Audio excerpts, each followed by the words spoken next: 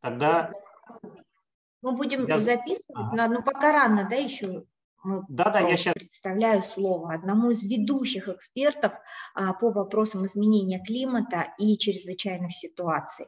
Это Даурбек Сакыев. Даурбек имеет огромный опыт работы в Министерстве чрезвычайных ситуаций и на сегодняшний день является, если я неверно скажу, Даурбек, поправьте меня, начальником департамента мониторинга и прогнозирования МЧС. И кроме этого, помните, я вам рассказывала про АНУФ, да, вот эта вот аббревиатура, да, которая наше обещание нашей страны в рамках Парижского соглашения. Так вот, блок, связанный с чрезвычайными ситуациями, был подготовлен как раз вот при экспертной поддержке Даурбека. То есть это действительно была колоссальная работа, которая... Кажется, может быть, когда вы откроете АНУФ, не такой большой, потому что это несколько страниц, но за этим стоит колоссальный объем анализа того, что, собственно, происходит и будет происходить в стране, и положенный ряд мер, что нужно делать для того, чтобы снизить риски чрезвычайных ситуаций. ЧС касается каждого из нас, к сожалению, и поэтому я с нетерпением жду вот сегодняшнего выступления, потому что я уверена, что после него, с одной стороны, мы, конечно, научимся лучше разбираться в этих вопросах, но с другой стороны, эта сессия позволит нам быть более защищенными. Итак, я с удовольствием, Даурбек, передаю вам слово и сама с огромным интересом слушаю. Спасибо, Аня, большое за представление. Действительно, до настоящего момента мы в рамках подготовки ОНУФ очень многое сделали. Был действительно проделан большой объем работы по анализу климатических чрезвычайных ситуаций.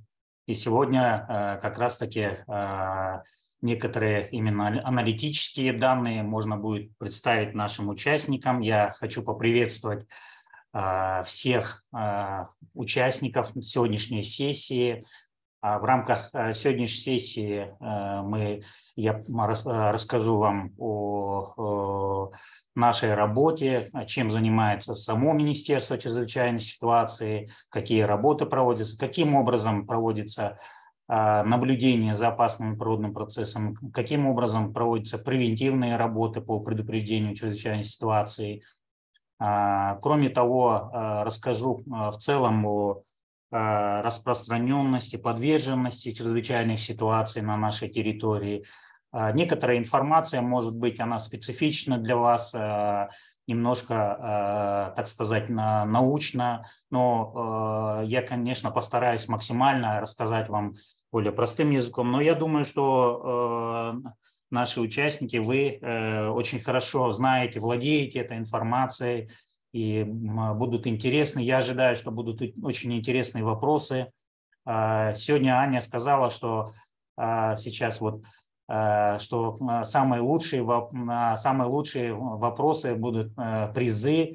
В свою очередь, Аня, если позволите, да, уже вот публикацию Аня показывает. Если позволите, немножко, так сказать, я симпровизирую и лучшим по вашему, так сказать, конкурсу, лучшим тем, кто самый интересный вопрос, я бы тоже хотел подарить нашу публикацию. Я здесь сейчас не совсем видно. Сейчас буквально, коллеги, уважаемые участники.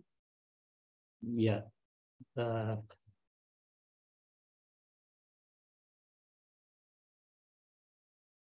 Демонстрацию. Вот. Так. Здесь не совсем видно, но тем не менее у нас есть атлас природных и техногенных опасностей. Я уже сама готовлю вопрос. Я хочу подарить эту публикацию нашу самым лучшим, как говорится, те, кто задавал вопросы. И если позволите, я перейду уже непосредственно к демонстрации презентации. Я подготовил для вас презентацию. Я надеюсь, всем эта презентация видна. Коллеги, всем видно, да? Презентация? Да, все видно. Да. Угу. Да, видно. И если позволите, я уже начну, да? Как вы знаете, как вам хорошо известно, на сегодняшний день большинство стран мира, в том числе и Кыргызстан, более интенсивно стали подвергаться масштабным стихийным бедствиям, авариям, либо катастрофам, которые приводят к значительным потерям, материальному огромному ущербу.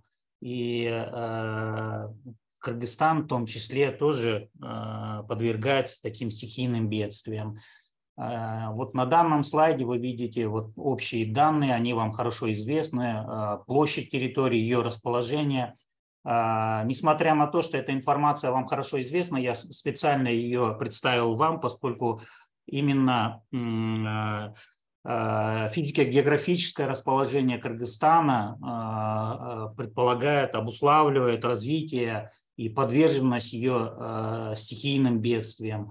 А климат, вот мы говорим о том, что и климат, и сам рельеф, высокая сейсмичность, оно именно предполагает более 20 видов опасных природных процессов.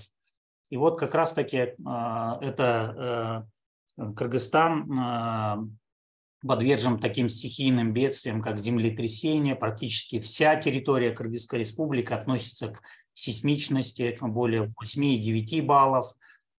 Есть такие опасные природные процессы геологические, это оползни, обвалы. На территории нашей республики более 4500 активных оползней. Чуть позже я остановлюсь уже конкретно по распространенности этих оползней, где они, какие участки подвержены, какие населенные пункты уязвимы к оползневым процессам.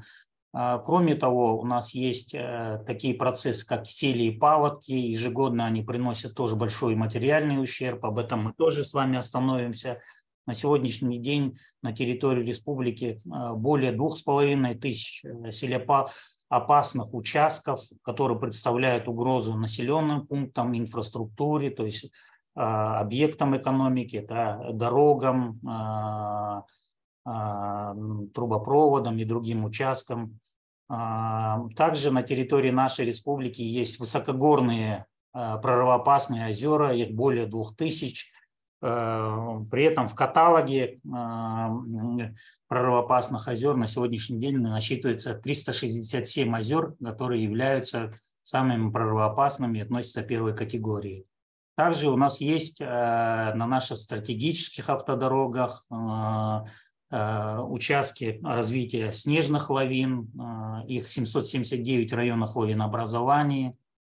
Также имеются у нас участки подтопления грунтовыми водами, они тоже представляют серьезную угрозу, их более 347 зон подтопления, и они подвержены на площади более 3200 квадратных километров. Так же, как и снежные лавины, у нас есть участки развития камнепадов, осыпей, обвалов. По данным Министерства транспорта, у нас их имеется более 570 участков. Необходимо отметить, что распространение, по распространению чрезвычайных ситуаций, по повторяемости и наносимому ущербу чрезвычайные ситуации год от года меняются. Вот вы видите ниже на графике, что вот с 1990 года по 2022 год имеются данные вот по количеству чрезвычайных ситуаций. Необходимо отметить, что вот оно имеет цикличность. Вот мы видим на графике, что в 1994 году было большое количество чрезвычайных ситуаций, затем период вот с 2002 по 2004, потом 2008 по 2011, и последний вот в 2017 году количество чрезвычайных ситуаций наибольшее было вот в 2017 году. Это имеется цикличность, вот каждые 5 лет, каждые 10 лет у нас в Кыргызстане наблюдается увеличение количества чрезвычайных ситуаций, и это связано с многоводностью этих годов, этих лет. Если говорить о распространении И по географии распространения чрезвычайной ситуации, вот на слайде вы видите, что юг нашей республики наиболее подвержен чрезвычайным ситуациям, и материальный ущерб, распространенность вот в Джалабадской, Волжской области и Баткенской области больше, чем в других областях. Вот при этом мы видим, что вот наибольший риск возникновения по частоте, по территориальному охвату, масштабам наносимому ущербу особое место занимает это селевые потоки. Вот это нижний график. В среднем ежегодно в Кыргызстане происходит около 70 чрезвычайных ситуаций, связанных именно с селями и паводками, что в целом составляет более 30% из всех чрезвычайных ситуаций, зарегистрированных у нас в республике. Вот, если говорить с 1990 года по 2022 год. Ну, если говорить, вот и вернуться к статистике, то вот с 1990 года по 2022 год в целом произошло 5873 чрезвычайные ситуации. То есть в среднем, если брать, то это где-то около 190 чрезвычайных ситуаций в год. Ну вот на следующем слайде я бы хотел показать вам, что вот по каждому чрезвычайной ситуации у нас ведется статистика.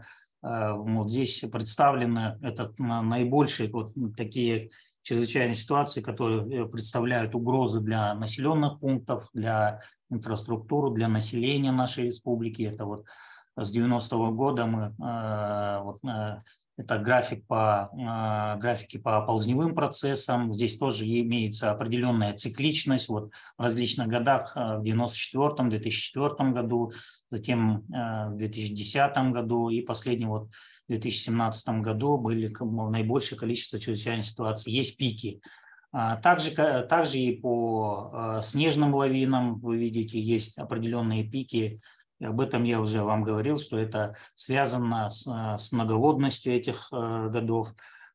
Селевые процессы тоже имеют цикличность и повторяемость определенную.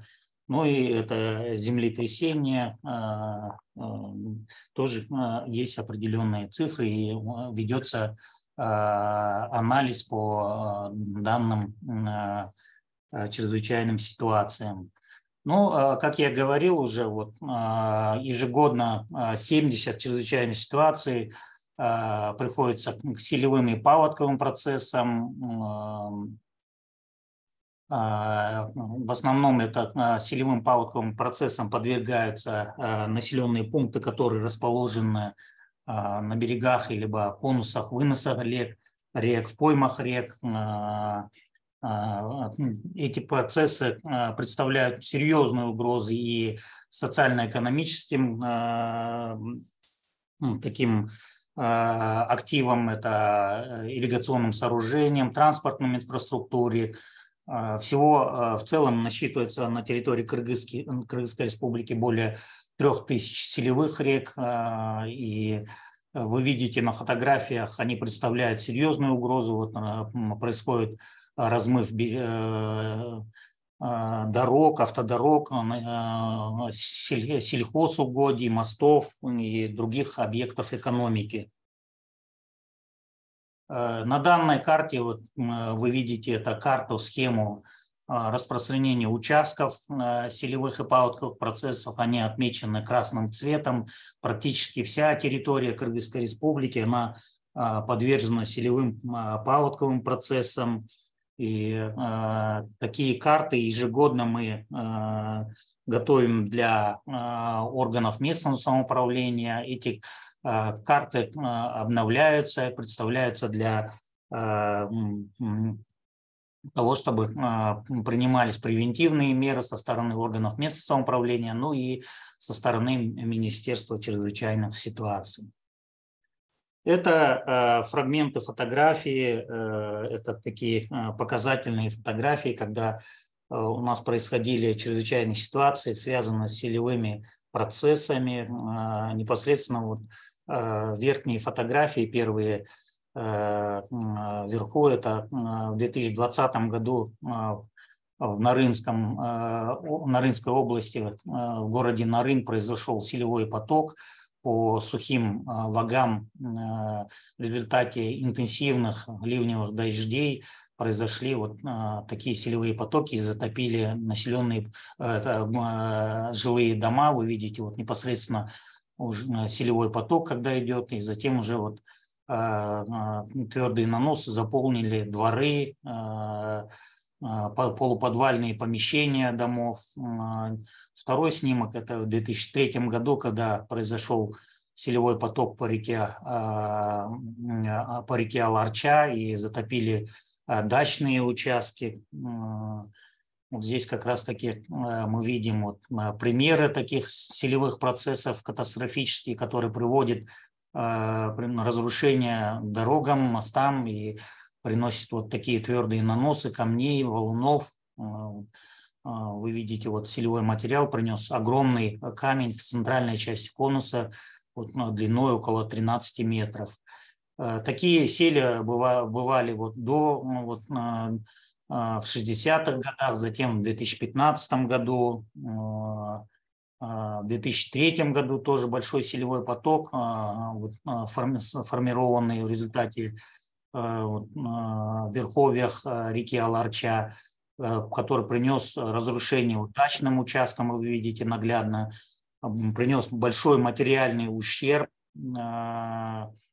инфраструктуре в виде мостов. Ну, вот здесь это чуть позже я тоже остановлюсь. На основе вот таких катастрофических селей наш департамент, Министерство чрезвычайной ситуации проводит с помощью аэрофотосъемки, с помощью современных технологий, программного обеспечения, проводит моделирование, построение вот таких моделей и вычисляет возможные зоны будущих, либо при большом прорыве, при прорыве высокогорных озер, либо формировании селей, возможные участки, зоны подтопления при селевых паводковых процессах.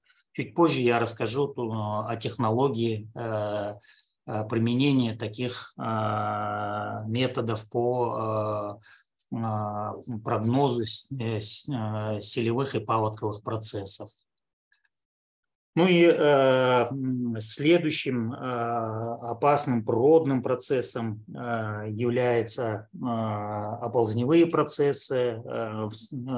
Если говорить в статистическом, вот,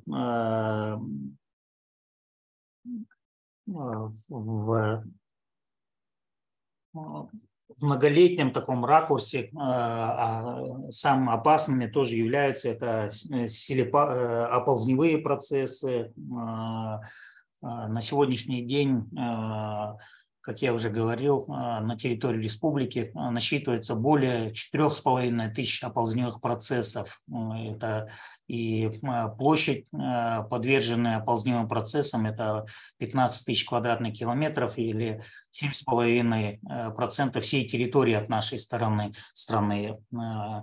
Необходимо отметить, что в оползнеопасных зонах на сегодняшний день проживает более 30 тысяч человек, и оползневому риску подвержено 600 населенных пунктов.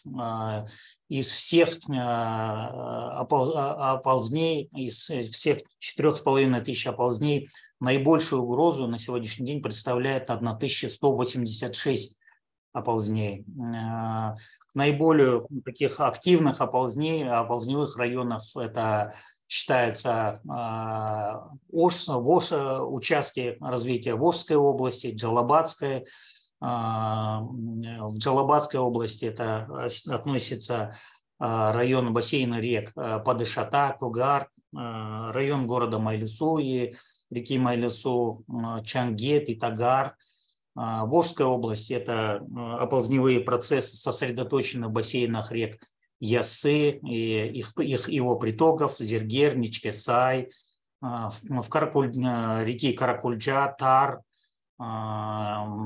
Также оползни имеются на территории города Ош, в Баткенской области, это в районе города Кизылкии, города Сюлюкта.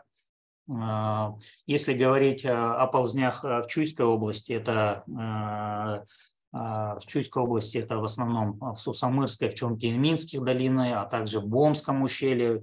Вы наверняка отмечали, что по дороге, вот, когда мы едем на Иссык-Куль, вы знаете, вот участок есть галерея, непосредственно над железной дорогой есть оползнеопасный участок, также именуемый как галерея. В Иссык-Кульской области это оползни в основном развиты в предгорной горной зоне хребта Теске и Кюнгей-Алато, в долинах реки Тон, Джергалан, в Тюбском районе имеются оползнеопасные участки. В Нарынской области это в долинах реки Нарын, бассейна реки Аксай, Сарыджас.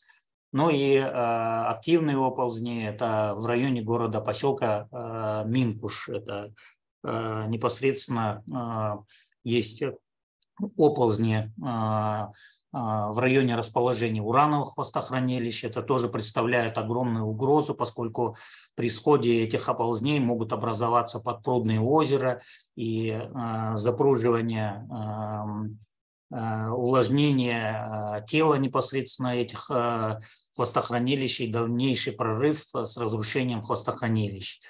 Ну и об этом я уже вам говорил, что есть опасность схода оползней в районе города Майлюсу. Также там же имеется хвостохранилище, которое тоже представляет серьезную угрозу разрушения при активизации либо реактивизации оползневых процессов. На данной карте вы видите как раз-таки желтыми точками отмечены это распространение участков оползневых процессов на нашей территории. На развитие, активизацию оползневых процессов огромное влияние имеют это климатические факторы, такие как атмосферные осадки, изменение температурного режима, то есть увлажнение склонов. Ну и, конечно, это геологические факторы, это литология, слагающие породы. Ну и это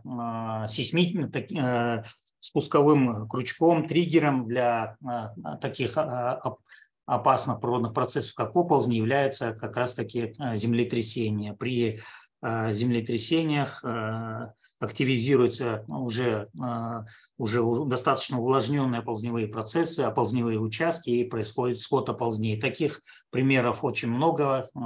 И вот вы здесь вы видите на фотографии, это Каракульджинский район,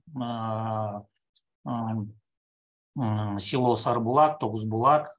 Здесь имеется большое количество оползневых процессов. Следующий слайд, вот вы видите, это в районе города Майлюсу, когда в 2017 году в апреле месяце сошел большой оползень и заблокировал русло реки Майлюсу.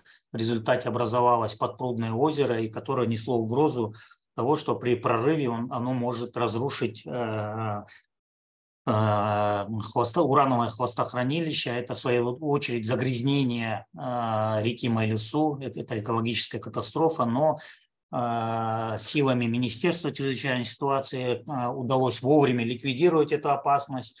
Был принудительный спуск этого озера, то есть вырыт проран, и удалось то есть избежать экологическую такую катастрофу.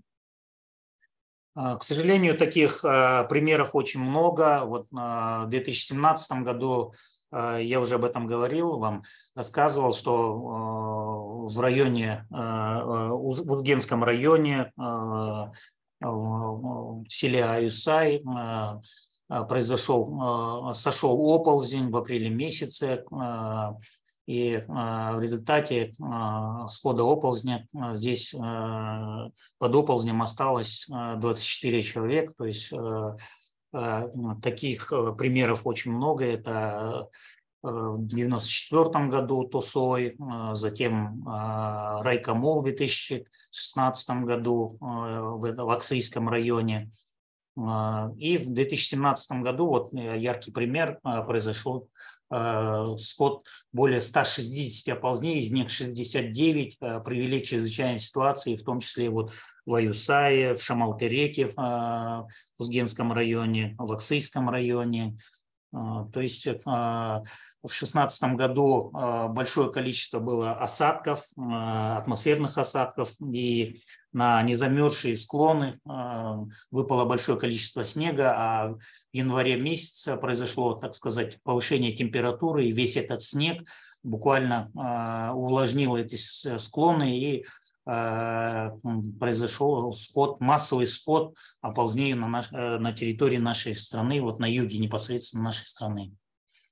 Ну, для выявления таких участков на сегодняшний день применяются такие современные средства, как беспилотные летательные аппараты. Вот это пример вот выявления таких участков, либо фиксация уже сошедших оползнений, определение масштабов, зоны чрезвычайной ситуации, вот связаны с оползневыми процессами с помощью дронов и новых технологий.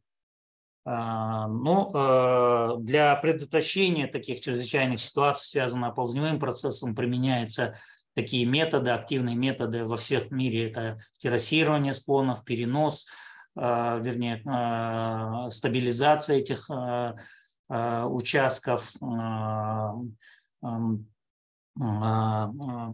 и применение дренажей, то есть осушение таких участков, агромелиорация, то есть биоинженерия, ну и другие строительство подпорных стенок, либо других методов, чтобы избежать чрезвычайной ситуации.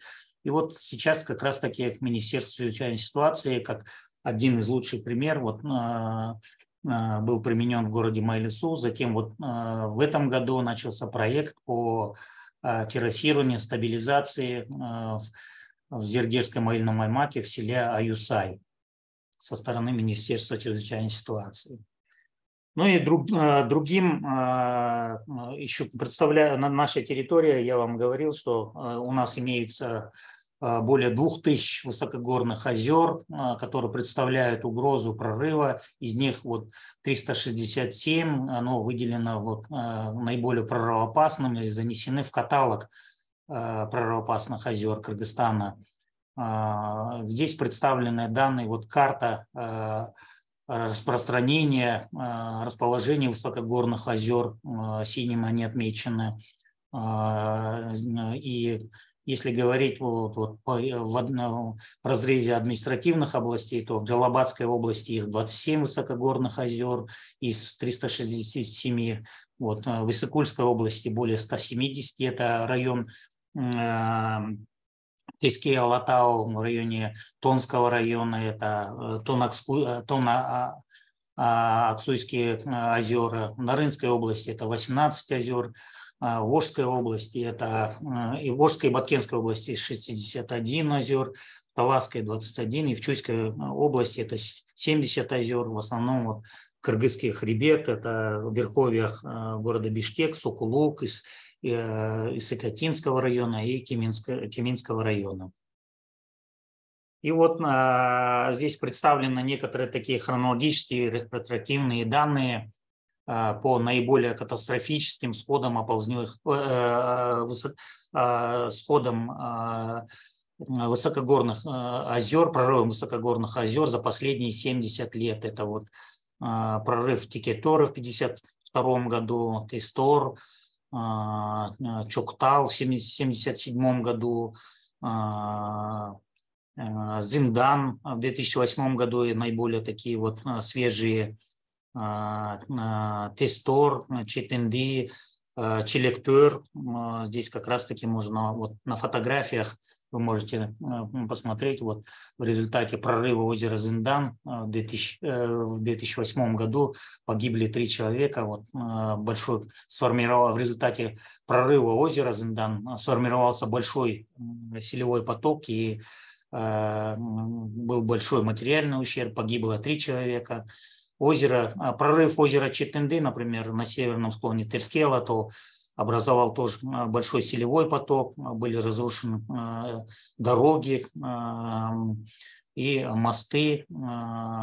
Недавний пример – это прорыв озера Челектер 11 августа 2017 году, то есть после обильных осадков при температуре плюс 33 и нулевой изотермии 4200 метров произошел прорыв озера Челектер, который принес большой материальный ущерб. Вот вы видите, вот с помощью дистанционного мониторинга наши специалисты ежегодно проводят мониторинг состояния этих озер, плюс проводится облет, аэровизуальный облет, и вот ежегодно вот сравниваются данные космомониторинга. Например, вот в 2016 году мы оценивали, в 2017 году снимки 11 августа через вот подземные каналы, через подземную депрессию озеро Челектер прорвало и формировался большой селевой поток, который прошел вниз по реке Норус. Для изучения таких прорывоопасных озер применяются различные методы. Это дистанционные, об этом я вам говорил, это то есть с помощью космических снимков. Также проводится аэровизуальный мониторинг с помощью вертолетов, либо беспилотной летательной техники. У нас имеются специальные дроны для обследования высокогорных озер. Ну и, конечно, это наземные исследования. Наши специалисты совместно с другими службами, специалистами гидромета, других институтов проводят наземные обследования по оценке их состояния, плотин, степени прорывоопасности, наполнения. И эти работы ежегодно проводятся нашими специалистами. В этом году такие тоже работы ведутся, и сейчас вот уже есть некоторые данные, например, я хочу остановиться, что вот 24 июля в верховьях реки Аларча, Аксай, есть озеро Аксай одноименное, наблюдалось наибольшее наполнение этого озера. Наши специалисты предупреждали наши службы реагирования местных властей о том, что возможно это озеро прорвет. Но вот начиная с 24 июля это озеро уже потихонечку начало спадать, уровень озера начал уменьшаться. То есть, но мы сейчас за этим озером наблюдаем. Другое, еще одно, так сказать, наблюдение, которое ведется нашими службами, Кыргызгидрометом, это деградация ледников. Вот, в связи с изменением климата идет на территории нашей республики деградация ледников. Некоторые ледники исчезают, уменьшаются их площади. Вот здесь представлены данные вот по сокращению площади ледников по основным речным бассейнам нашего Кыргызстана, начиная вот с 40-го года по 16-е годы. Вот, например, вот за 70-летний период площадь ледников, по данным наших экспертов, по данным наших исследователей, специалистов, площадь ледников сократилась на 16% крупных ледников. И необходимо отметить, что вот, согласно каталогу ледников СССР, площадь ледников сократилась, уменьшилась на где-то 18,5%. Здесь как раз таки яркие примеры – это площадь сокращения ледников, оледнение массива Акширак вот в 2003-2013 году. В 1943 году площадь оледнения массива Акширак составляла 430 квадратных километров, а уже в 2003 году уже сократилось на 373,2 квадратных километра. А в 2013, по данным наших специалистов, наших исследователей, экспертов, в 2013 году она сократилась в 351 квадратных километров. И вот вы видите вот площадь оледенения ледников в 2013 году желтым цветом и сокращение их языковой части. То есть имеются яркие примеры деградации наших ледников. Другой ледник – это сокращение границы ледника Абрамова. Вот здесь тоже непрерывно ведутся наблюдения нашими научными институтами, Кыргызгидрометом, вот, начиная с 1850 по 18 год, вот, площадь ледника Абрамова, вы видите, что она сократилась на 14%. И есть фотографии и космические снимки, наблюдения, сокращения именно языковой части таких ледников, как Абрамова, Голубина. Вот в 2018 году такие наблюдения. В 2018 году вот, площадь ледников вот, достаточно сильно сократилась, и мы видим это, наблюдаем, что идет активное сокращение ледников. Еще один ледник – это ледник Петрова у истоков реки Кумтор, реки Нарын-Сырдарья. Здесь тоже имеются большие изменения границы языков ледника, то есть по данным наших ученых, наших экспертов, есть наблюдение, что площадь ледника Петрова ежегодно сокращается, и это может в последующем по прогнозам привести к сокращению притоков по реке Нарын, а это уже будет уже дальше по сценариям нашим экспертов, по нашим данным, это может привести прогнозы, то есть неутешительные в последующем. На основе наших исследований, на основе наших данных наши специалисты составляют вот такие карты опасных природных процессов. Вот, вы видите по областям, это Джалабадская область, вот эти участки развития опасных природных процессов, это оползневые процессы, подтопления, селевых процессов, и наибольшее развитие они имеют вот, в Джалабадской области по распространенности. Это первое место, это Базар-Кургонский, Сузакский район, Аксийский район, вы видите эти отмеченные эти точки. В Волжской области это Узгенский район, Каракульдинский район, это Алайский район. Здесь также имеется развитие оползневых, селевых процессов. В Баткенской области это Баткенский район, Лейлекский район и Кадамджайский район наибольше подвержены оползневым и селевым процессам. В Иссыкульской области это Тонский район, Аксуйский район и Тюбский район. Это в основном это селевые процессы на территории Иссыкульской области. В Нарынской области это Нарынский район, Джумгарский и Атбашинский район, бассейне реки Атбаши, реки Нарын. Здесь это карта, схема развития оползневых процессов в Таласской области. Это в основном бассейне реки Талас, это селевые процессы, ну и имеются участки развития подтопления, поднятия уровня грунтовых вод.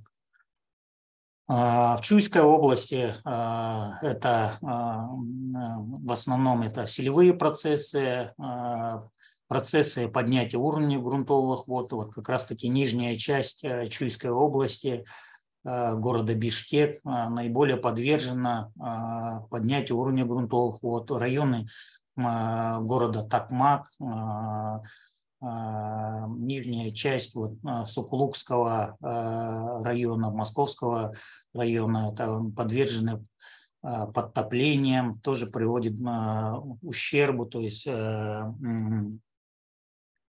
влияние оказывает на инфраструктуру, на жилые дома, населенные пункты.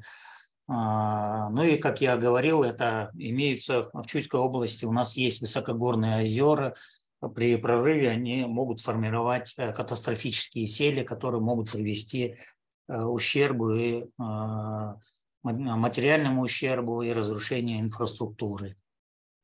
Если говорить о той работе, которая проводится со стороны Министерства чрезвычайной ситуации, то есть Министерство чрезвычайной ситуации в лице гидрометслужбы имеет специальную сеть наблюдения, это гидрометеорологическая наблюдательная сеть. На карте вы видите вот там, где у нас имеются метеорологические станции, на сегодняшний день их 79 автоматических станций, из которых 34 – это метеостанции с наблюдением, параллельными наблюдениями, 10 агрометеорологических постов, 78 гидрологических постов, из них 3 установлены автоматические гидрологические комплексы, 5 озерных и 23 гидрохимических постах на реках и озерах, 20 метеостанций. Кыргызгидромет отслеживает радиационную обстановку, ну и из них 4 станции это определяют радиоактивность и радиоактивное атмосферное выпадение. 15 постов наблюдения за загрязнением атмосферного воздуха, в том числе это станции наблюдения в городе Бишкек, и 1 глобальная станция по наблюдениям за парниковыми газами, расположенная в городе Чолпон-Ата. Что касается проведения наблюдения за опасными природными процессами, то есть ежегодно со стороны Министерства чрезвычайной ситуации с помощью специального оборудования мы проводим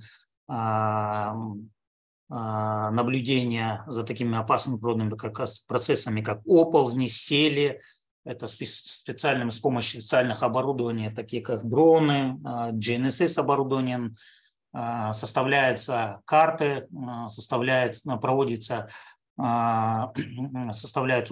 ортофотопланы, 3D-модели, по ним анализируются, определяются зоны развития чрезвычайной ситуации. Например, вот вы видите, это нашими специалистами составлена была 3D-модель участка привязанными координатами, и на основе такой 3D-модели составляются сценарии развития схода оползневых процессов и зоны возможного поражения оползневыми процессами.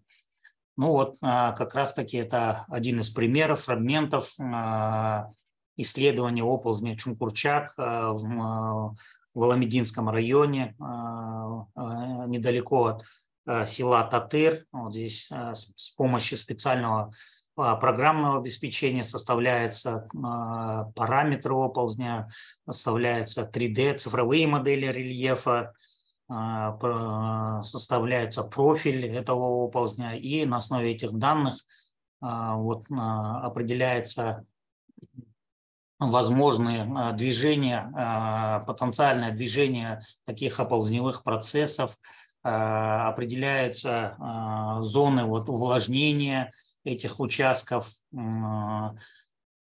На основе вот применения спутниковых данных наблюдается вот индекс содержания поверхностной влаги на оползневых процессах. То есть чем выше плотность почвы, тем она будет проявляться, то есть что поглощает вот инфракрасное излучение. Такие вот комбинации позволяют проводить анализ выделения и выклинивания родников, выклинивания воды на поверхности тела оползня. То есть это современные методы, которые мы на сегодняшний день применяем. И это активно применяется на других участках. К примеру говоря, вот сейчас мы применяем помимо космоснимок, мы применяем лидар-технологии. Это такие новые технологии, когда позволяется вот с помощью специальных облакоточек строится цифровая модель рельефа, и по нему уже с помощью программного обеспечения мы уже проводим моделирование.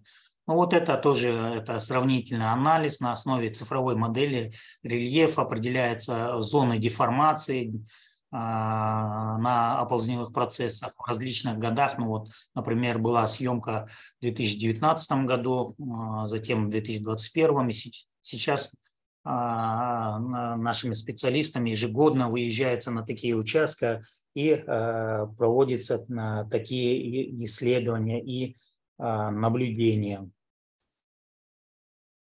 Вот, как я говорил, проводится на основе моделирования, цифровой модели рельефа, определяются зоны поражения по различным сценариям. Эти данные мы применяем и готовим прогнозы, и затем передаем органам местного самоуправления, чтобы они уже использовали эти данные для предупреждения чрезвычайной ситуации. Ну, я еще хочу отметить, что вот выбор методов и средств, используемых при мониторинге, они определяются вот, в зависимости от масштабов распространения опасных природных процессов, либо оползневых, либо селевых процессов. Ну и классическим методом получения информации это непосредственно это полевые исследования. Я об этом вот уже говорил. Вот такие полевые методы, вот, они, натурные наблюдения нам позволяют больше получить данных и на основе этих данных уже строить прогнозы возможных схода либо активизации опасных природных процессов. Ну и в том числе и вот дистанционные методы использования беспилотных летательных аппаратов позволяют более получить реальные данные с местности и, соответственно, экономить время для получения, экономить время для обработки и анализа. Ну вот это, например, карта развития оползневых процессов вот на том же участке, что я вам показывал. Это оползень Татыр, недалеко от села Татыр. На основе вот таких полевых, натурных данных и таких полевых исследований у нас составляется, имеется базовая информация, мы готовим прогнозы, составляется база данных. Вот, начиная с 2018 года по 2021 год у нас есть цифровые данные, цифровая база данных. У нас есть по отдельным опасным природным процессам, такие как оползни. 2015 года мы подготовили каталог оползней. На сегодняшний день вот мы уже применяем такие, вот, используем эти базы данных для картирования, для формирования геопространственной базы данных. У нас имеется специальная информационная система, ресурс, это веб-портал, на котором хранятся все эти пространственные данные. Этот портал позволяет собирать данные. Мы через этот портал собираем данные, вот, анализируем данные Кыргызгидромета с метеорологических автоматических станций. Вот, до этого вам рассказывал, что у Кыргызгидромета есть сеть наблюдений. По этим метеостанциям у нас есть ежедневные данные, и на основе этих ежедневных данных мы готовим краткосрочные прогнозы и предупреждаем местное население, наши службы реагирования для предупреждения чрезвычайных ситуаций. Ну вот это один из примеров базы данных по Узгенскому району, то есть по оползневым процессам. Вот так выглядят наши данные. Есть точная геолокация, координаты этих данных, есть данные по зонам подверженности, чему она угрожает. Непосредственно по этим данным наши специалисты работают, и эти данные, эта база данных может быть использована для картирования. Ну вот как раз-таки вот это пример. На основе вот этих баз данных наши специалисты с помощью программного обеспечения, современных программных обеспечений ArcGIS, QGIS. Ранее мы использовали такие программные обеспечения, как MapInfo, и сейчас уже все эти данные уже мы трансформировали в новые программные обеспечения. Некоторые данные мы сканируем, то есть систематизируем исторические данные, то есть пополняем нашу базу данных, используем карты других министерств, ведомств. Например, вот вы видите карту, геологическую карту Министерства природных ресурсов, то есть это комплексно-гидрологическая партия. Все эти данные унифицируются, каталогизируются, и в последующем мы используем, накладывается на наши опасные природные участки, то есть готовятся синтезированные карты и определяются зоны возможной подверженности и активизации опасных природных процессов. Ну вот, это непосредственно обработка этих данных, наши специалисты обрабатывают эти данные и картируют, определяют зоны, например, по оползнеопасным зонам, они путем цифровизации отрисовывают полигоны и готовят базы данных по таким участкам. К примеру, вот на основе аэрофотосъемок наши специалисты с помощью дронов получают такие космоснимки, а затем вот на основе с помощью специального программного обеспечения обрабатывают эти данные. Например, вот это вы видите пример построения облака точек с помощью ряда снимков. С помощью дрона мы строим карты высот, то есть цифровую модель рельефа. И далее уже наши специалисты на основе цифровой модели рельефа определяют через программное обеспечение, определяют зоны возможного поражения, подверженности и уязвимости опасных природных процессов, такие как сели, либо оползневые процессы. Ну вот, и еще один пример – это оползнеопасный участок в ущелье Кызылсу Шуйского района. Мы здесь проводили исследования с помощью глобальной навигационной спутниковой системы, так называемой GNSS. Наши специалисты привязывают точки, реперные точки и обходят трещины на таких оползнеопасных участках. Затем в последующем эти точки привязываются, GPS-привязка идет, и мы по этим точкам уже проводим анализ деформации оползня, динамики движения оползневых процессов. Такие работы ведутся не только в Чуйской области, но и в других районах. Это, например, Волжская область, в Узгенском районе, Каракульджинском районе. Вот таких работ у нас на сегодняшний день постоянно, вот начиная вот с марта месяца и заканчивая, полевой сезон у нас заканчивается в сентябре, в октябре месяце, и мы такие работы ежегодно проводим с помощью таких современных приборов и оборудования. Отдельные работы ведутся вот по моделированию селевых процессов на основе космоснимков. Вот наши специалисты и программного обеспечения, таких как RAMS, это современные такие программные обеспечения, проводит анализ.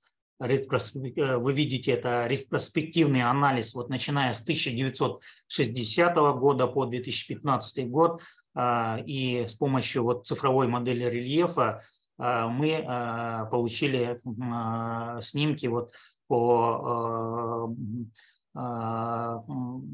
бассейну реки Аксай. Вот наши специалисты при прорыве озера Аксай смоделировали вот прорыв озера. Вы видите, вот синим в случае прорыва этого озера может сформироваться селевой поток, который может затопить как раз-таки наше любимое место, это национальный парк Ала-Арча. Вот есть угроза при прорыве, то есть затопления территории национального парка Аларча. Вот такие работы наши специалисты ведут по другим участкам. Вот здесь тоже это прорывоопасные озеро Тестор. Здесь тоже проведено нашими специалистами моделирование с помощью программного обеспечения.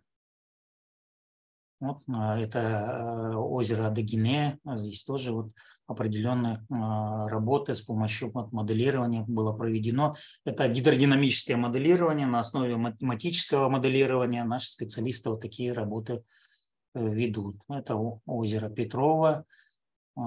Здесь тоже анализируются эти данные.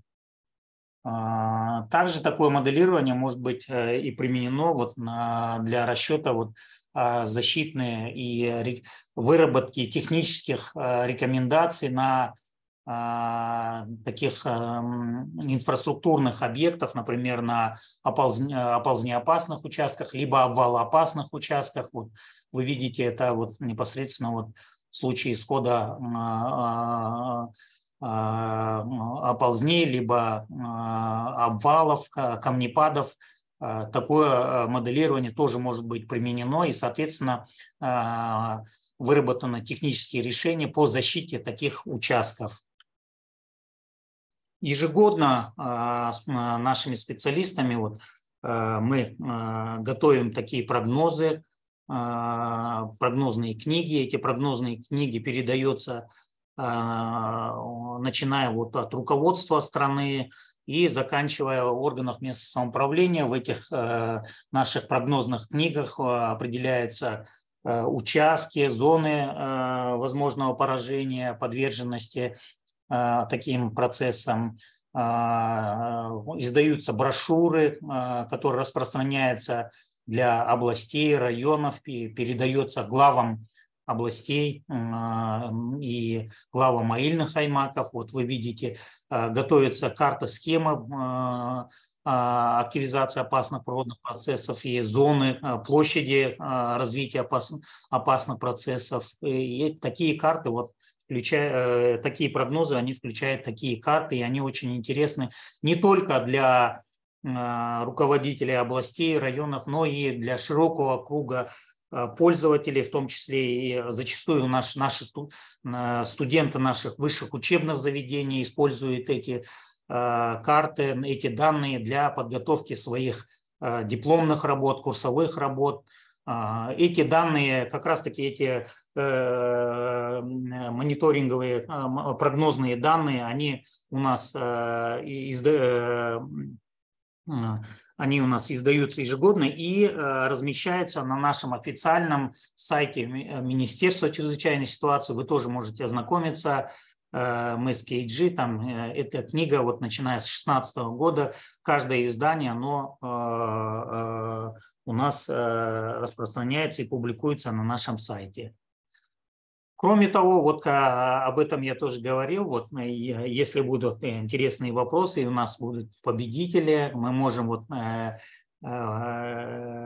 подарить такой атлас опасных природных процессов. Здесь тоже очень интересные статистические данные приведены, специальные карты, таблицы, диаграммы и фотографии, по которым тоже можно будет этот атлас изучить и использовать для исследовательских работ, для студентов тоже могут эти данные использовать. Ну, это вот вкратце, это все, что я хотел вам рассказать, уважаемые участники сегодняшней нашей сессии. Если есть какие-либо вопросы, я постараюсь на них ответить.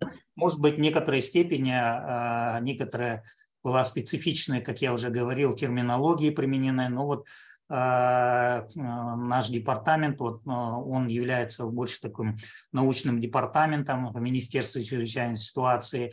У нас есть отдельные такие, я вот хочу рассказать у нас про наши другие подразделения, такие как Центр управления в кризисных ситуациях. Это специальный такой центр, которые собирают и анализируют информацию.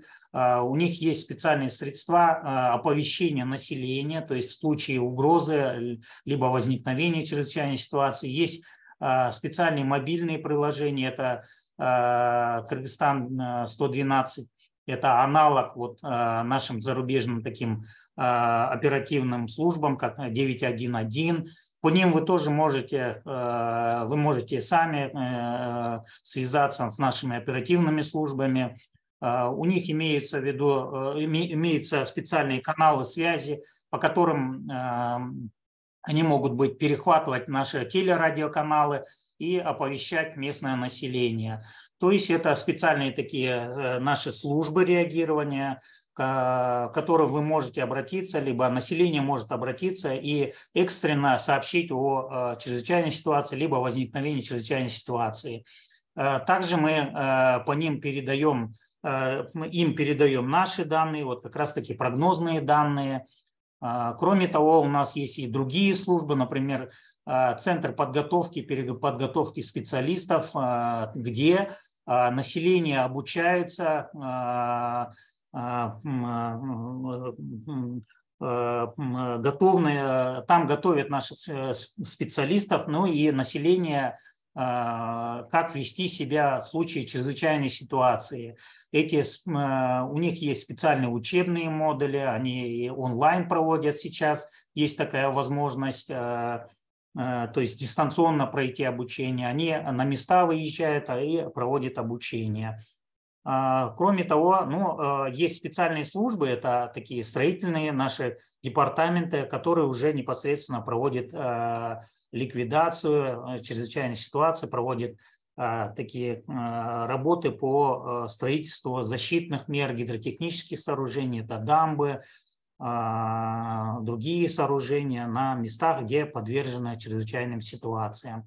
Ну а как я уже говорил, наш департамент ведет наблюдение за опасными природными процессами.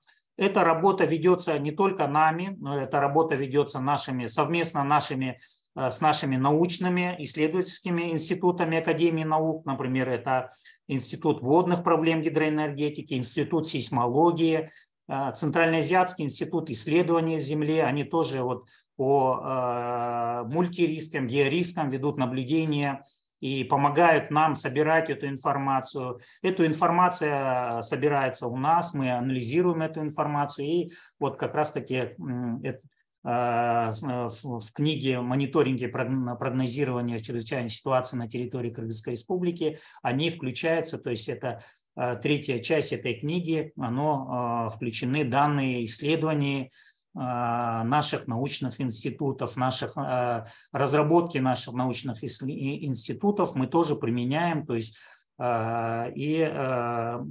тоже очень большой вклад этих институтов. Кроме того, сейчас уже есть, то есть другие публикации, в части изменения климата. Аня уже об этом говорила, по определяемым национальным вкладам УНУФ. И сейчас уже я в порядке информации хочу вам поделиться, что сейчас уже готовится национальный адаптационный план по сектору чрезвычайной ситуации, управления риском стихийным бедствием. Мы тоже готовим в этом направлении, мы анализируем предыдущие данные, которые мы готовили в ОНУФ, и эти данные мы включаем в национальный адаптационный план по изменению климата. Это такая вкратце информация. Я немножко раньше закончил, поскольку… Совсем не раньше. Даур, да. Спасибо огромное. У нас есть миллион вопросов. Миллион вопросов просто. Но единственное то, что пока мы не перешли к вопросам, ребята, я тоже с огромным удовольствием ставлю реакцию на то, что было сегодня. Это была уникальная информация.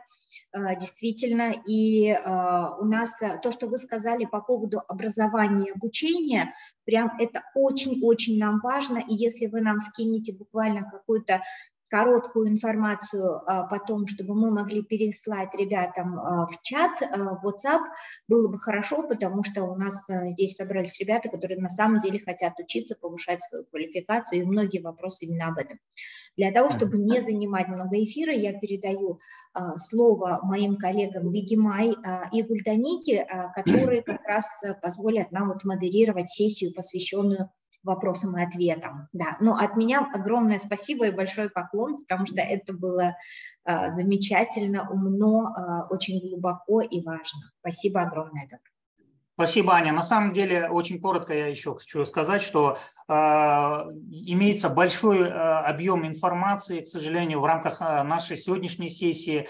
Их всех представить нельзя. Есть и очень интересные фотографии, которые показательно говорят о том, что вот имеется тенденция вот за последние 30 лет, что чрезвычайных ситуаций по частоте и интенсивности стало больше. И есть уже сценарии, прогнозы наших специалистов, экспертов, наших ученых о том, что стихийных бедствий в последующем станет больше, их, то есть частота, ну и, конечно, их, так сказать, интенсивность будет больше, и, ну и масштабы, конечно, будут больше. Поэтому я бы хотел вот нашей аудитории, нашим специалистам, исследователям, участникам обратиться о том, что эта тема будет актуальной в ближайшие 10-20 лет, и, соответственно, нужно будет уже вырабатывать адаптационные меры. То, что делает со своей стороны Министерство чрезвычайной ситуации, это малая доля.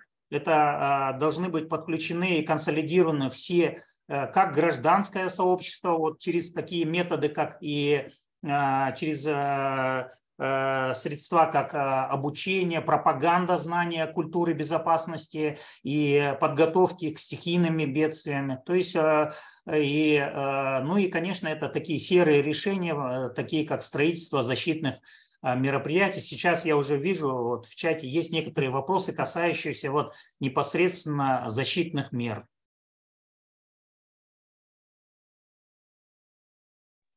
Да, спасибо большое, Даурбакеев, было очень информативно. Спасибо большое, Аня. Давайте, ребята, теперь перейдем к вопросам. Вы можете вот по очередности поднять свою руку и задать вопрос. Давайте чередовать. Один вопрос устный, потом второй из чата. Вот будем чередовать. Я вижу первую поднятую руку. Катя, мы вас слушаем. Даурбеки, очень интересные, честно говоря, лекции. Я пришла после работы и пила чай, и я не смогла нормально попить чай, потому что я сидела и записывала в заметки вопросы, и у меня просто море вопросов накопилось. Я, наверное, буду задавать их по очередности, потому что их на самом деле очень много, чтобы все остальные участники тоже успели задать вопросы. Мне, как бухгалтеру, очень интересно, знаете, какая вещь? И как аналитику тоже. А как происходит оценка того, сколько денежных средств выделяется вашей службой из бюджета? Потому что вы действительно говорите, то, что статистика у вас собранная, у вас есть анализ данных, у вас есть все эти данные, и на основе чего вот происходит этот прогноз, то, что именно в этом году такая-то сумма, или в следующем году такая-то сумма и так далее. Спасибо, Катя, за вопрос. Ну вот по финансовой части вот ситуация такова, что у нас есть республиканский бюджет, ежегодно закладывается вот на предупреждение и ликвидацию чрезвычайной ситуации. Мы ежегодно формируем специальный такой перечень объектов. У нас вот это на основе наших вот, как я показывал в презентации, на основе наших полевых исследований мы определяем участки, где вот именно в приоритетном порядке, где нужно проводить предупредительные превентивные меры. Ну, соответственно, наши специальные департаменты, которые там сидят инженеры-строители, они определяют сметную стоимость вот таких защитных мероприятий, работ. Например, вот строительство 1 километра дамбы составляет это 100 миллионов сомов. Да? На основе вот таких строительных норм, на основе таких расчетов, сметных расчетов вот составляется бюджет. Но я хочу, Катя, вы очень хороший вопрос подняли, поскольку, например, вот я говорю о том, что вот на территории нашей республики более 2500 селеопасных участков. Всех их разом, то есть выполнить какие-то защитные строительства защитных сооружений невозможно, поскольку это предполагает огромный бюджет. И мы выбираем из них, наши специалисты выбирают определенную часть, то есть приоритетные, там, где это угрожает населенным пунктам. Это в первую очередь, это наш приоритет, и на основе этого определяется бюджет. Бюджет каждого года изменяется в зависимости от предполагаемых, планируемых работ. Кроме того, у нас есть вот такие специальный план ликвидационных мероприятий, мы его называем СПЛМ. Мы в рамках этого плана совместно с органом местного самоуправления определяем объекты и проводим работы на этих объектах. Ну и отдельная графа, отдельная статья – это такие работы, как ликвидационные, это уже аварийно-восстановительные работы, там, где мы уже не планируем, например, вот недавний скот селей в Тюбском районе, недавний скот селей на юге нашей республики, это там, где нужно уже непосредственно после схода селевого потока наши специалисты идут работать на ликвидационные мероприятия. Там это уже отдельная категория бюджета, которая затрачивается на ликвидацию. Примерно вот как-то так. И еще одна работа, касающаяся непосредственно научно-исследовательских работ, это есть отдельная статья тоже, там, где мы для таких работ выделяется бюджет. Мы на основе договорных, на основе наших планов для нас выделяется бюджет, и мы проводим исследовательские научные работы на опасных участках. Ну и для наших других подразделений, например, гидрометеорологической службы, для других департаментов, у них свой бюджет, и они на основе этого бюджета проводят свои исследования и наблюдения. Спасибо большое, очень информативно. Вы сразу на несколько моих вопросов ответили, которые я даже не задала. Знаете, еще такой вопрос, тоже связанный с бюджетом. Выделяют ли страны Центральной Азии денежку не только, как сказать, они оказывают, вы говорили то, что они оказывают помощь вам в планировании, прогнозировании, предоставлении данных и анализа. Но выделяют ли страны какую-нибудь денежку или грантовую помощь на меры, на оплату мер по предупреждению таких опасных моментов, хотя бы связанных, как вы говорите, с водными ресурсами, да, допустим, когда дамбу прорывает, и вода вся утекает. А центральноазиатские страны, вы сами знаете, это как бы в их ВВП огромную долю занимает сельское хозяйство, и для них очень важно планирование водных ресурсов. И как бы дают ли они денежку на меры по предотвращению всех этих ситуаций? В целом такой вопрос. Ну, я бы так ответил. Эти вопросы охватывают международные соглашения, международные конвенции. В рамках таких конвенций как раз-таки предусмотрено вопросы финансирования и предупреждения, вернее, эксплуатации таких гидротехнических сооружений. Но, например, в случае чрезвычайной ситуации, связанной с промышленными авариями, это определяет конвенция по трансграничному загрязнению аварий, но Кыргызстан не является участником данной конвенции, поэтому для таких целей страны-участники, такая конвенция, она предусматривает выделение специальных фондов инвестиций. Что же касается Кыргызстана, к сожалению, участники, наши соседи, для ликвидации чрезвычайной ситуации, связанной с чрезвычайными ситуациями на трансграничных реках, такого специальной процедуры и протокола не имеется, но имеются в виду, имеются такие протоколы в рамках соглашения, например, пример это Чуйталасская, по Чуйталасскому бассейну, то есть это межправительственной комиссии, и Казахстан, например, вот как я знаю, они выделяют определенные фонды для поддержки гидротехнических сооружений на Кировском водохранилище, на получение данных по реке Чу, бассейну реки Чу, ну, по другим рекам, трансграничным рекам, к сожалению, таких договоренностей нету. Кыргызстан сам вкладывает свои средства, свой бюджет для ликвидации чрезвычайной ситуации, либо предупреждения чрезвычайной ситуации на территории Кыргызской республики. Понятно, спасибо большое. Это, наверное, слово передаю, потому что вопросов еще очень много. И я, наверное, в конце задам после всех остальных участников.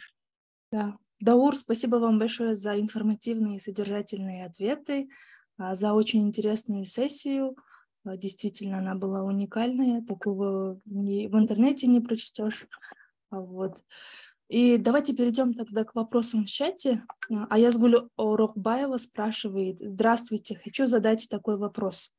Очищаются ли от мусора большие реки? Выделяются ли деньги на очищение больших водоемов, как Аламедин, Большой Чуйский канал, Ала-Арча?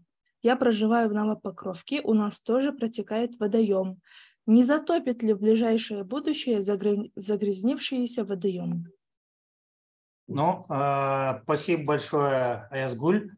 Это очень интересный вопрос, но здесь этот вопрос касается такой вот межсекториальный, межведомственный характера имеет в виду, поскольку Министерство чрезвычайной ситуации занимается именно мандат министерства – это проведение защиты населения и территории от чрезвычайной ситуации. Вопрос загрязнения от мусора рек или водоемов, это относится вот к эксплуатирующим организациям, таких как Государственная служба водных ресурсов, либо это органов местного самоуправления, в зависимости от баланса этих объектов. Мы же со своей стороны, Министерство чрезвычайной ситуации проводит работы по строительству защитных дам, либо шпор, они так называются, либо строительство селехранилищ, селеотводных каналов, которые защитят наши населенные пункты, инфраструктуру от чрезвычайной ситуации, связанных с от селевых и паводковых процессов. Но в свою очередь в рамках нашей деятельности наши специалисты в ходе полевых исследований, если есть такая угроза загрязнения, заиления каналов, ирригационных каналов, либо водоемов, либо селеопасных рек, мы выдаем специальные предписания, пишем специальные письма и предупреждаем эксплуатирующие организации, органами самоуправления, что необходимо проводить очистные работы на таких реках. Согласно закону о гражданской защите, номер 54 от закона о гражданской защите, пункта 10, органами самоуправления, эксплуатирующие организации должны ежегодно проводить работы по очистке каналов и других объектов, гидротехнических сооружений от заиления с целью пропуска, в целях безопасного пропуска селей и паводков. То есть это предусмотрено на законодательном уровне, и мы ежегодно, начиная с января месяца до начала селепаводковой ситуации, когда в марте начинает интенсивно таять снег, идут ливневые осадки, мы предупреждаем органы местного самоуправления и Министерство ведомства о том, чтобы на их объектах проводились предупредительные меры по очистке рек и каналов. Я надеюсь, ответил на ваш вопрос, уважаемый Аязгуль. Можно еще быстренько озвучу второй вопрос? Что такое ЧА-53, спрашивает в чате Наргиля. Да, наргиля это означает у нас, если вы помните в презентации, у нас, я говорил о том, что у нас есть каталог прорывоопасных озер, и каждое прорывоопасное озеро, у нас на территории нашей республики более 2000 высокогорных озер, из них 367 отнесены к категории прорывоопасных. И каждое озеро имеет свой, то есть свою идентификацию, то есть Ч-53 это, например, Челектор 53, либо Четенди 53. Вот мы как бы определенную кодификацию, каждое озеро имеет вот Ч-53 и 23, вот, или вот каждое озеро вот так обозначается для быстрого ориентирования для наших специалистов. Так, следующий вопрос задала в чате Елена. Она спрашивает, беспилотники наблюдают 24/7 в любой сезон года или есть определенный график? Очень хороший вопрос, Елена, но, к сожалению, вы должны понимать, что у каждого оборудования свои, так сказать, эксплуатационные, так сказать, требования. Но и есть полевой сезон, например, наши специалисты это проводят, у них полевой сезон охватывает, начиная с марта месяца и заканчивая октябрем месяца.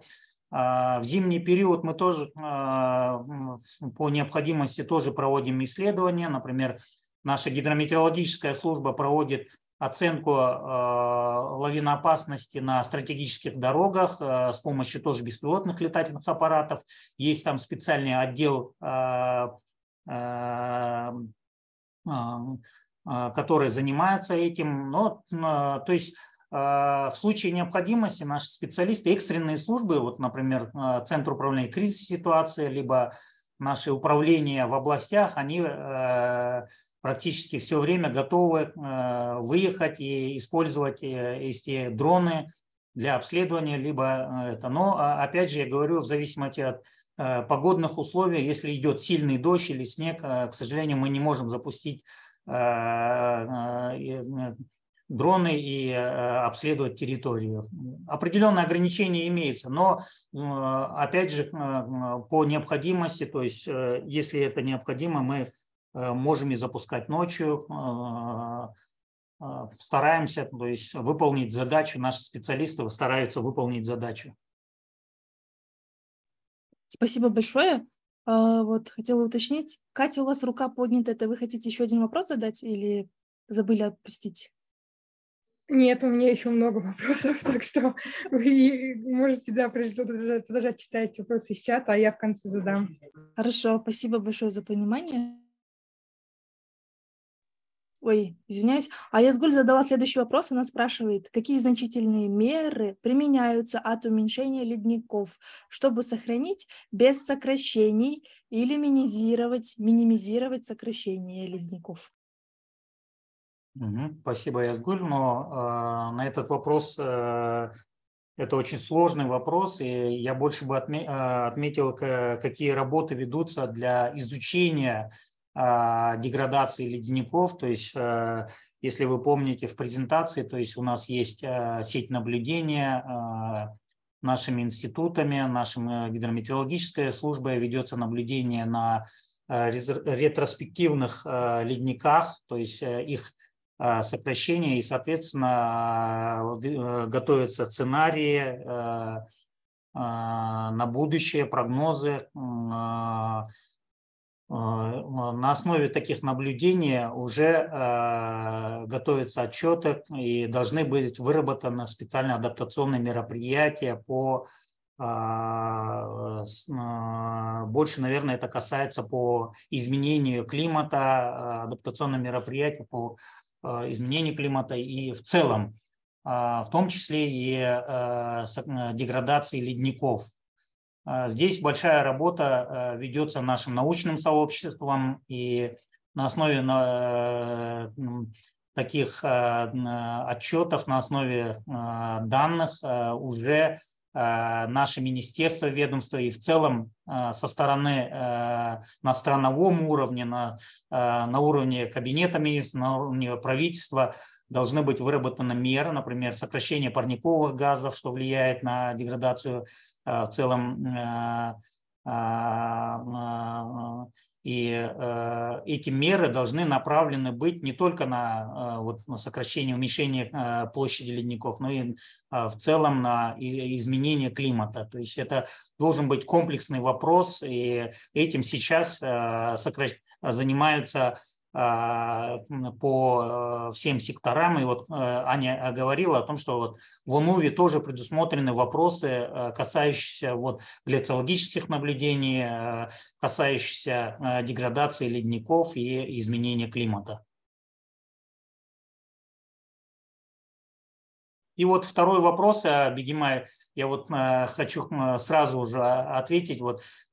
Здесь Риана задала вопрос, какой вред мы получаем от сокращения ледников. Это известный вопрос, и климатологи, и гляциологи об этом говорят, что и наши другие эксперты, научное сообщество говорит о том, что с сокращением ледников мы получаем меньше воды, это меньший сток по бассейнам рек, соответственно, это вопросы, касающиеся опустынивания, засухи,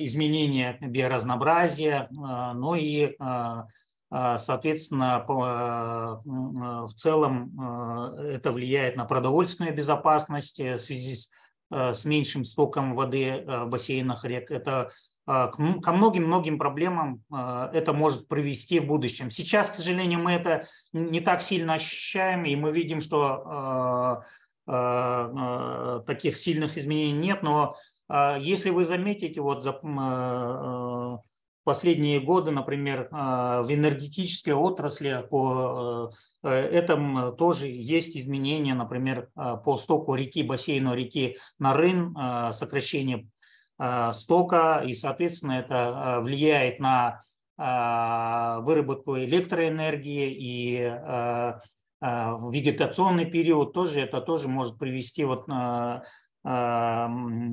нехватка воды в системе водных ресурсов, то есть для полива, в этом году мы наблюдали, например, сокращение стока реки по реке Аларча, и, соответственно, это касалось вопроса питьевого водоснабжения в больших крупных городах. Это влияет и в целом на города и большие крупные населенные пункты. Классно, спасибо большое. И еще вопрос интересный от Алиман, это больше как предложение, наверное. Она просит провести один день практики, спрашивается, можем ли мы встретиться с вами и выйти на экскурсию в станции или туда, где вы работаете, увидеть на практике, как вы все это распознаете и научиться чего-нибудь из этой сферы. А может, кто-нибудь из нас увлечется и пойдет учиться дальше по этой сфере и станет в будущем высшим специалистом. И вправду хочется на практике все это увидеть. Спасибо, Алиман. Я бы хочу отметить, что наши вузы, есть специальные у нас кафедры защиты чрезвычайной ситуации, куда поступают наша молодежь, и там они обучаются, они приходят к нам на практику, мы им показываем, как мы работаем, с каким оборудованием мы работаем. В последующем есть, то есть, уникальная возможность, что эти студенты, закончив высшее учебное заведение, в Кыргызском техническом университете имени Разакова тоже есть специальная кафедра, где они обучаются именно по нашей специальности, по нашей тематике. И они, после того, как они заканчивают, они приходят к нам, устраиваются к нам на работу. И это очень достаточно интересная работа. Если вам интересно, то есть вы можете прийти на практику, наши специалисты покажут на местах.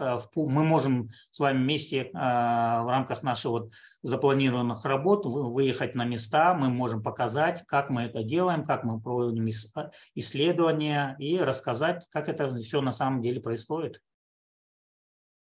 Здорово, спасибо большое. Еще я вижу поднятую руку Елены. Елена, вы хотите задать устный вопрос? Если да, то можете его озвучивать. Да, здравствуйте. У меня прям очень много вопросов. Спасибо вам за сессию. Было прям очень интересно. Так, первый вопрос получается. Как измеряется компенсация за ущерб из-за, может быть, оползней в селах? И выдаются ли они вообще? Спасибо, Елена. До 2017 года правительство выдавало пострадавшим населению специальные льготные суды, то есть и выдавало специальные участки для вот мы отселяли наше население, наших граждан из опасных зон, в том числе и оползневых, селевых зон, на другие безопасные участки, и выдавались специальные суды, то есть льготные суды беспроцентные, они могут на основе этих средств, они на других новых участках строили дома и обустраивались. С 2017 года в Кыргызстане был принят закон о страховании, вы, наверное, тоже слышали о них, и наши граждане могут застраховать свое имущество, недвижимое имущество, свои жилые дома от стихийных бедствий, от пожаров, от селей. К сожалению, в этот закон не вошел нормы по страхованию от оползневых процессов, но сейчас государственные страховые компании работают над тем, чтобы наши граждане тоже могли свое жилье застраховать от оползневых процессов. По другим процессам, как я уже говорил, от пожаров, от селей, от наводнений, они могут застраховать. И сейчас есть у нас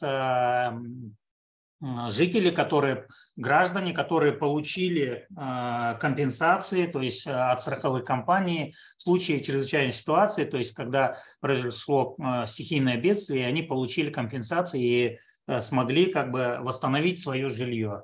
То есть такие случаи имеются, и вот с 2017 года наши граждане могут, и мы вопрос страхования тоже активно пропагандируем. Министерство чрезвычайной ситуации вот на местах тоже говорит, чтобы наши граждане застраховали свое жилье, имущество от стихийных бедствий.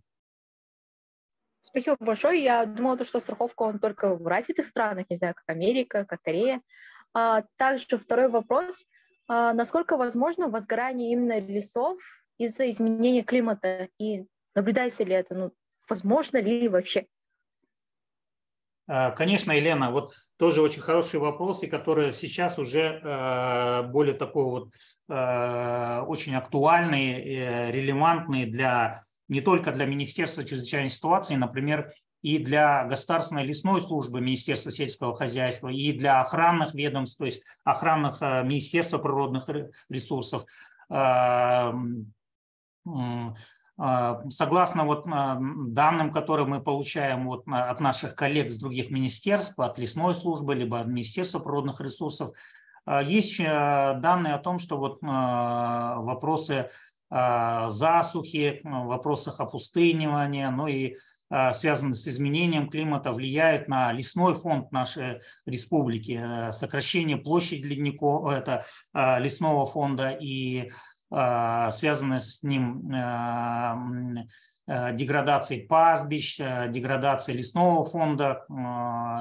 И сейчас, на сегодняшний день, вот начиная с 2021 года, у нас есть специальный ресурс, информационный ресурс, как называемые пожары в Кыргызской республике. На основе космоснимков мы определяем термоточки. Термоточки – это пожары, именно лесных пожаров. И сейчас мы хотим активно использовать этот информационный ресурс и отслеживать вот лесные пожары, площади сокращения лесов от пожаров. И эти данные будут передаваться нашим лесникам, нашим охранным службам, лесной службе, местным органам местного самоуправления о том, чтобы они больше внимания обращали на эти участки. Как правило, вот те участки, где ранее происходили пожары, они повторяются. В основном это, конечно, вина бывает и наших отдыхающих. Они бросают, мы говорим о том, что они бросают окурки, либо оставляют в местах отдыха, в лесных зонах вот, костеры до конца не тушат, и все это потом приводит к большим масштабным лесным пожарам. Такие случаи есть, и мы эту ситуацию отслеживаем. У нас есть, кстати, специальные подразделения управления пожаротушения, профилактики пожаротушения. Они этот вопрос системно наблюдают и работают над этими вопросами. Все, спасибо большое. Совместно с лесными службами. Спасибо большое. Можно сейчас в чате я вижу еще один вопросик от Мирим. Спрашивается: Даур, подскажите, пожалуйста, культура в ущелье Кегети тоже прорывоопасный? Я часто хожу по горам. Последний раз была в мае и заметила, что у подножия реки построили большой гостевой дом, возможно, 3-этажный. Тогда я подумала, разрешено ли строить так близко к реке, кто их контролирует, не повторится ли случай, как в Адыгине, какой-то год был прорыв. Мирим, по река, это озеро Культур, прорывоопасное озеро Культур, оно входит в каталог прорывоопасных, и мы ежегодно проводим наблюдение за этим озером, как наземный, так и аэровизуальный, дистанционный мониторинг. Были у нас, то есть, случаи, когда озеро наполнялось и даже переполнялось, был перелив через марену этого озера, но своевременно наши специалисты смогли, то есть на данном озере провести искусственный спуск, опорожнение этого озера. То есть это озеро мы наблюдаем. А что касается вот строительства в нижней части вот этого озера по реке Кегети, к сожалению, мы не можем, то есть, запретить, то есть у нас по законодательном уровне Министерство чрезвычайной ситуации не имеет права запрещать строительство работ, но строительных работ, либо возведение каких-либо объектов, но мы рекомендуем в таких опасных зонах не проводить строительство, предупреждаем органы местного самоуправления. Надзор за строительством таких объектов ведет специальная служба технического надзора, и они должны проводить вот, мониторинг за строительством таких объектов, а мы, в свою очередь, даем рекомендации.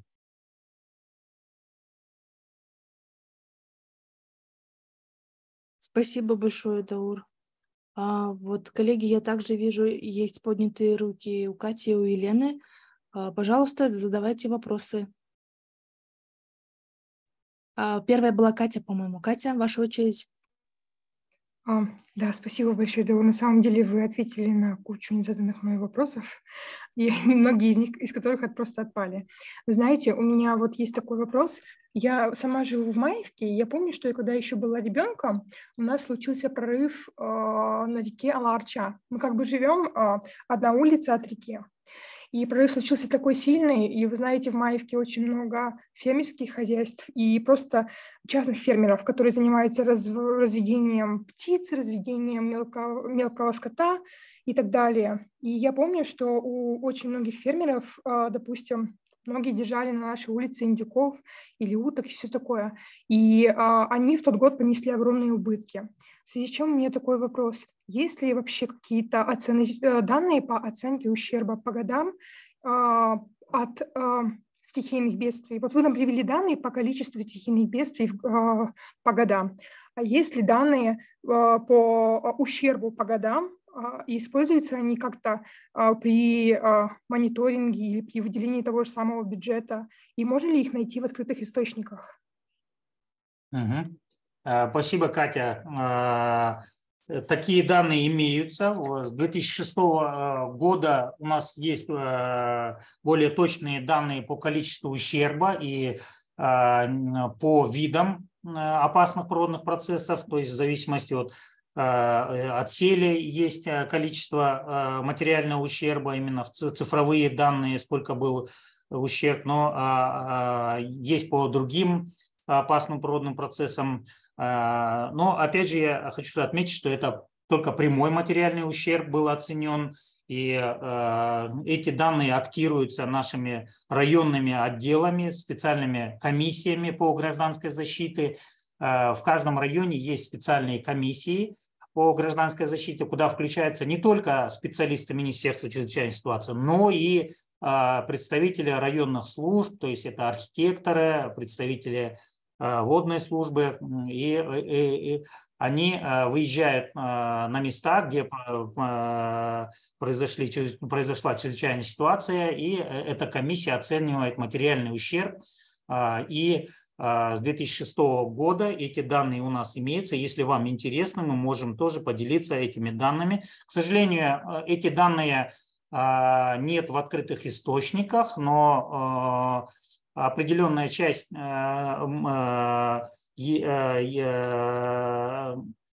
должна быть в Национальном статистическом комитете, поскольку мы передаем эту информацию нацдоском, у нас есть специальная форма ЧС-1, и по этой форме нацдоском собирает, агрегирует данные по материальному ущербу и количеству чрезвычайной ситуации в нашей стране. Спасибо огромное, Даур. Было бы замечательно, если бы вы поделились этими данными, потому что из чего вот следует следующий мой вопрос. Я в конце года планирую повышение квалификации, но и хотела бы, я вот сейчас понимаю, что на самом деле та тема, которую вы затронули, и те данные, которые вы привели, это отличные данные для выпускного проекта по моему повышению квалификации как аналитика. Вот. И в связи с чем вопрос. Если, допустим, я захочу на основе ваших данных написать выпускной проект, я могу обратиться в ваше ведомство или вот в обучающий центр, который проводит обучение, чтобы проконсультироваться или задать какие-то определенные вопросы, или же, допустим, пройти практику, но не от университета, а в качестве физического лица. Вот. Кать, вы можете обратиться, в принципе, просто как физическое лицо, приди к нам, мы поделимся, мы не скрываем эти данные. В принципе, если вы помните, я говорил о том, что некоторые данные у нас есть в нашей книге. В целом я рекомендую всем нашим участникам сессии ознакомиться с нашей книгой. Вот я хочу показать эту книгу. Она имеется на сайте Министерства чрезвычайной ситуации, и в конце, в приложении есть данные по чрезвычайным ситуациям, статистические данные, то есть в этой книге на сайте МЧС вы можете их ознакомиться спокойно, и они в открытом доступе, все желающие могут ознакомиться как с цифровыми данными, но и с картами, их использовать в своей работе, конечно, соответствующей ссылкой. Если, Катя, вам еще другие данные, дополнительные данные нужны, вы можете, вот, Аня, либо после встречи вы можете мне написать, и мы поделимся, вы можете прийти к нам, и мы с удовольствием вам дадим эти данные. Спасибо огромное. И у меня, наверное, самый последний вопрос, и на такую немного табуированную тему.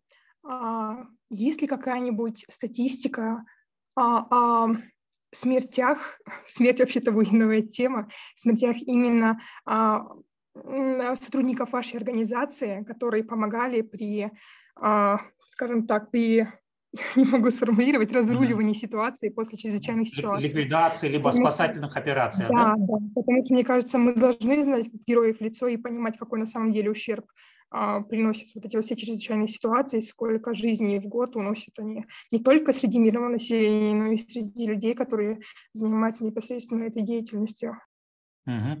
Катя, к сожалению, вот в нашем департаменте таких данных нету, поскольку вот немножко род деятельности нашего департамента совсем другой.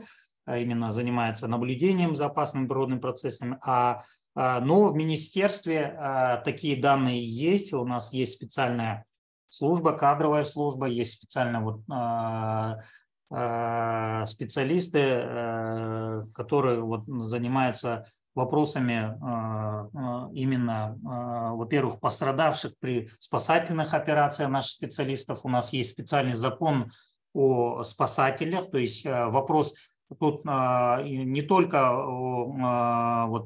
о количестве смертей, связанных с ликвидацией, то есть наших спасателей, но и касается вопроса, то есть выплаты компенсации нашим специалистам, если они пострадали. Ну, например, если они получили травмы или во время спасательных операций, то есть специальный порядок выплаты этим специалистам компенсации денежно-материальных средств на восстановление здоровья и либо получение какого, то есть реабилитации здоровья. То есть, вот как-то так.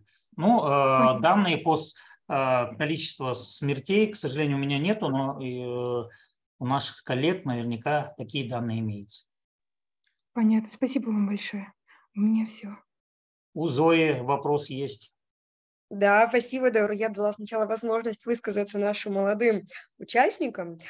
Ну, не секрет, что мы с вами коллеги, и, знаете, меня в контексте наших мероприятий, именно в контексте климатической школы, интересует один вопрос.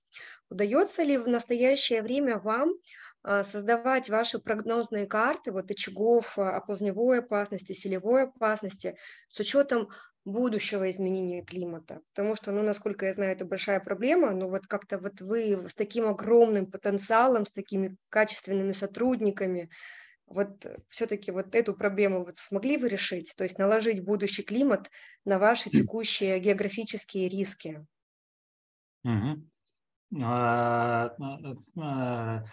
Зоя, наверняка вы тоже знаете, то есть сейчас мы имеем отчеты, либо национальные отчеты, вернее, на уровне национальных, региональных исследований, и локально есть в рамках проектов, исследовательских проектов, которые проведены были у нас в Кыргызстане по различным регионам, есть определенные исследования, отчеты, например, по Баткенской, Джалабадской области. И на основе этих отчетов сейчас уже можно говорить о том, что нужно и необходимо прогнозировать, готовить сценарии, прогнозы на основе климатических моделей, на основе будущих изменений, развития, активизацию опасных природных процессов. Сейчас мы только начали эту работу, определенные есть наработки. Пока сейчас говорить рано, что это мы сделали, но мы сейчас к этому идем. Применяются различные методы. Мы будем это делать, и это необходимо делать. Я не скажу, что на страновом уровне сейчас это будет, мы это сделаем, но на уровне областей, каких-то пилотных, локальных участков сейчас уже есть наработки. И это необходимо сделать, Зоя. Да, я понимаю. Поэтому большая надежда на ваше ведомство. Успехов вам в этом. И, как всегда... Спасибо, Зоя. Да, удачи. Потому что я сегодня была крайне удивлена такому сильнейшему техническому потенциалу вашей службы. Я просто давно, видимо, не видела, что вы выпускаете, кроме книги МЧС. Но я поражена. Даур, вам вообще мое уважение. Спасибо, Зоя. И более того, мы как раз-таки используем те данные, работы и отчеты, исследования, которые делали вы, Зоя, относительно изменения температур, тенденций, линейных трендов, именно климатических данных. Сейчас эти как раз-таки данные в нашей работе активно используются, потому что, к сожалению, других данных нету, других отчетов нету. Именно на национальном уровне есть региональные, то есть есть какие-то глобальные исследования, а именно на страновом уровне мы используем ваши данные. Это очень хорошо, что вы в свое время проводили эти исследования, и мы надеемся, что мы в ближайшем будущем тоже получим более актуальные данные, мы знаем об этом. Есть определенные данные ваших коллег именно по изменению климата. На основе этих данных мы уже должны готовить уже долгосрочные прогнозы по развитию опасных природных процессов, геологических процессов, такие как хотя бы по таким видам, как оползни и сельди. По другим, может быть, еще рановато говорить, но на основе вот климатических моделей это нужно уже делать. Спасибо большое за развернутый ответ. Спасибо, Даур. Спасибо, Зоя, спасибо за вопрос. Спасибо большое, Дагир. Спасибо большое, участники. Сегодня тоже были, как всегда, на высоте. Очень хорошие вопросы задавались. А вот подскажите, пожалуйста, может быть, еще есть какие-нибудь вопросы? Пока наши участники задают вопросы, вот помните, в начале нашей сессии я говорил о том, что тем интересным вопросом бегаем, вы, наверное, с Аней определите наших победителей. Мы готовы вот такой атлас подарить со своей стороны от имени Министерства чрезвычайной ситуации, от имени МЧС Кыргызской Республики. Это очень хорошая публикация, последний обновленный атлас. И эту публикацию мы готовы подарить наиболее активным участникам нашей сегодняшней сессии. Пожалуйста, после того, как мы сегодня закончим нашу сессию, завтра, послезавтра, если вы скажете, то мы привезем, передадим эту публикацию. Она на самом деле очень интересна. Спасибо большое, Дагир, за чудесный подарок, за чудесную информативную сессию. Все было на высшем уровне. Коллеги, партнеры, если есть какие-то дополнения, пожалуйста, напомните мне, может, я что-то упустила, забыла. Вроде бы мы все моменты уже сказали. Хотела также поблагодарить нашего переводчика Урана. Как бы время уже вышло. Спасибо, Уран, большое вам за сегодняшнюю сессию. Вот. Все тогда, коллеги, я думаю, мы тогда завершаемся. Я вижу, что вопросов больше нет. Презентация окончена. Про подарок мы сказали. Большое спасибо, Даур, еще раз. Спасибо вам, уважаемые участники. Спасибо за внимание. Благодарю. Спасибо за интересные вопросы. Мне тоже было очень приятно ответить на эти вопросы.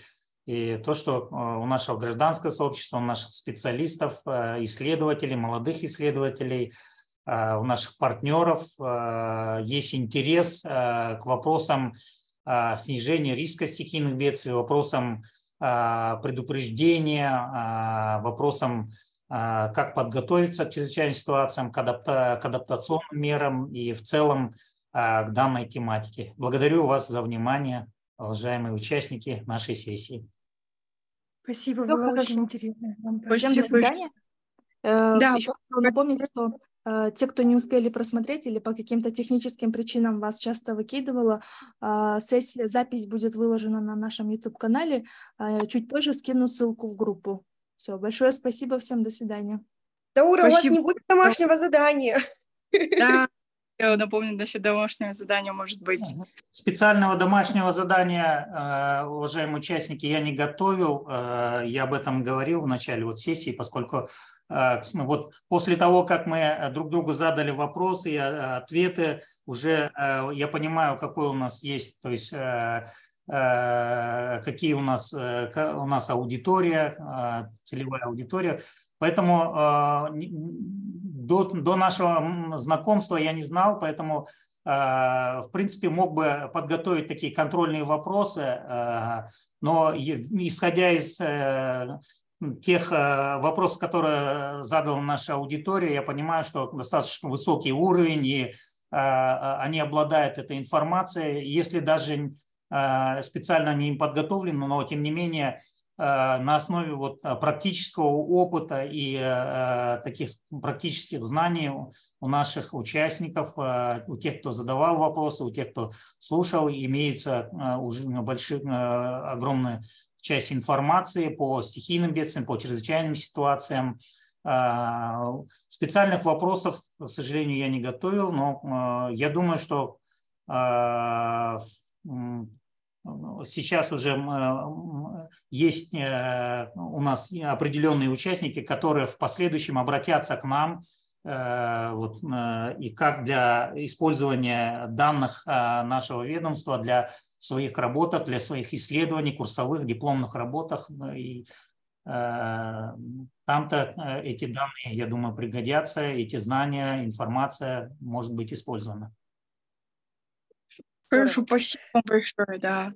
Даур, спасибо большое. Я думаю, мы можем по итогам нашей встречи определить, ну, как по подаркам, кто был самым активным. Я бы хотела отметить, но, на мой взгляд, это Екатерина, Катю, Елена, Аизгуль и Риану. Мы также обсудим в кругу наших коллег, кому мы можем подарить самые крутые книжечки, которые они могут еще дополнительно изучить. Я думаю, насчет подарочков мы уже можем вручить на самом форуме, подготовить их. А уже предварительно я уже составила списочек, кто будет потенциально участвовать на нашем форуме. И также вот эти все подарочки, которые были озвучены, будут подарены лично от вас, от Ани, от Зои, от всех наших экспертов. Спасибо большое, Даур. Спасибо большое, ребята, всем, кто участвовал активно, всем, кто слушал. Я думаю, это было очень познавательно и прям бум. Я не знаю, мозгов. Я очень сама сильно ждала данной сессии, чтобы послушать вас, Даур Байке. И спасибо всем большое за участие. Следующая сессия, да, в четверг. Всех ожидаем. Спасибо. Хорошего вам вечера. Хорошего вечера. Спасибо. Спасибо. Было очень интересно. До свидания. До свидания.